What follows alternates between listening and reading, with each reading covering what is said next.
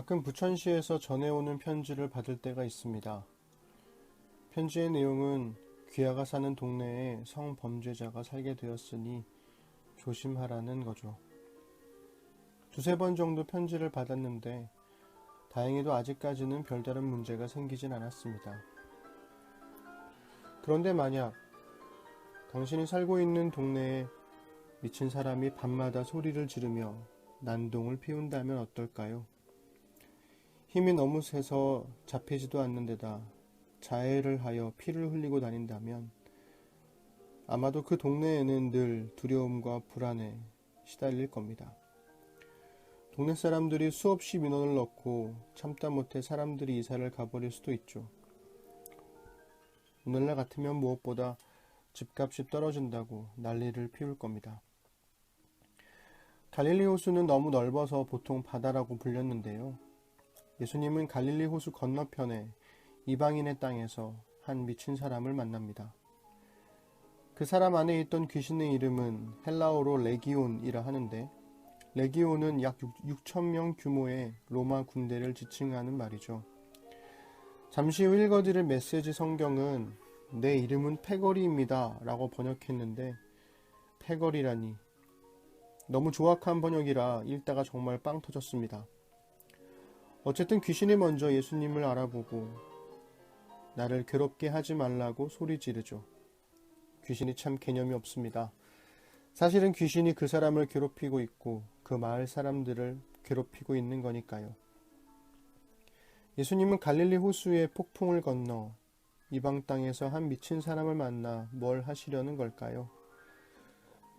오늘은 마가복음 5장 1절에서 20절을 읽어드리겠습니다. 그들은 바다 건너편 거라사 사람들의 지방에 이르렀다. 예수께서 배에서 내리시자 묘지에서 어떤 미친 사람이 그분께 나아왔다. 그는 거기 무덤 사이에서 살았다. 아무도 그를 잡아둘 수 없었다. 사슬을 채울 수도 결박할 수도 없었다. 사람들이 여러 번 사슬과 밧줄로 묶었지만 그때마다 그는 사슬을 부서뜨리고 밧줄을 끊어버렸다. 아무리 힘센 사람도 그를 꺾을 수 없었다. 그는 밤낮으로 무덤과 산을 어슬렁거리면서 고함을 지르고 뾰족한 돌로 제 몸을 마구 상하게 했다. 그가 멀찍이서 예수를 보고 달려와 그분 앞에 경배하며 엎드렸다. 그러고는 고함 지르며 따졌다. 높으신 하나님의 아들 예수여, 무슨 일로 내게 간섭합니까? 제발 나를 괴롭게 하지 마십시오. 예수께서 이미 그 악한 귀신에게 나오너라, 그 사람에게서 나오너라 하고 명령하신 뒤였다. 예수께서 그에게 물으셨다. 내 이름이 무엇이냐? 그가 대답했다. 내 이름은 패거리입니다. 난동을 부리는 패거리입니다. 그는 자기를 그 지방에서 내쫓지 말아달라고 예수께 애원했다. 마침 근처 언덕에서 큰 돼지떼가 땅을 파헤치며 먹을 것을 찾고 있었다. 귀신들이 예수께 애걸했다. 우리를 돼지에게 보내셔서 그 속에서 살게 해주십시오. 예수께서 그렇게 하라고 말씀하셨다. 그러나 돼지떼의 형편은 그 사람의 형편보다 더 나빠졌다. 돼지들이 미쳐서 벼랑으로 우르르 몰려가더니 바다에 빠져 죽은 것이다. 돼지를 치던 사람들이 혼비백산하여 도망쳐서 시내와 마을에 그 이야기를 전했다.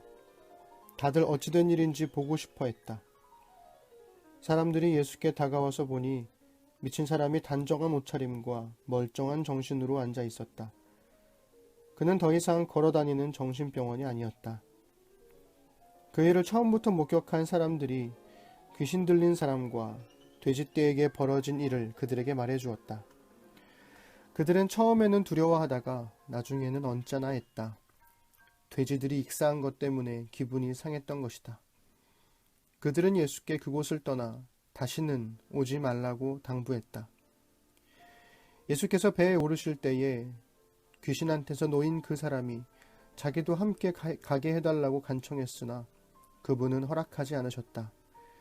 예수께서 말씀하셨다. 네 집, 네 가족한테 가거라. 주께서 무엇을 하셨고 어떻게 너를 불쌍히 여기셨는지 그들에게 이야기하여라. 그 사람은 돌아가서 예수께서 자기에게 행하신 일을 열성읍이라는 의미를 가진 데가볼리 근방에 전하기 시작했다. 그는 동네의 화제거리였다. 예수님은 엄청난 수의 귀신들로부터 한 사람을 구해내셨습니다. 마을의 공포의 대상이었던 미친 사람은 더 이상 미친 사람이 아닌 지극히 평범한 사람으로 돌아왔습니다. 비로소 마을에 평화가 찾아온 겁니다. 하지만 마을 사람들은 예수님께 떠나달라고 부탁하죠. 한 사람을 구한 것보다 돼지떼가 몰살당하여 엄청난 경제적 손해를 보게 된 것에 분노한 겁니다. 예수님은 떠나십니다. 그리고는 정상으로 돌아온 사람에게 너의 집으로, 너의 마을로 돌아가라고 하시죠. 그는 처음부터 미친 사람이 아니라 원래 그 마을의 청년이었던 겁니다. 오늘은 제주 4.3 사건 71주년이라고 하죠.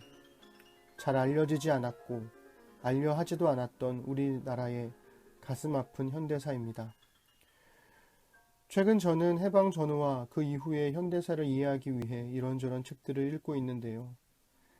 사람을 살리는 일보다 돈과 권력을 더 중요하게 여겼던 사람들이 벌이는 잔혹한 일들에 할 말을 잃곤 합니다.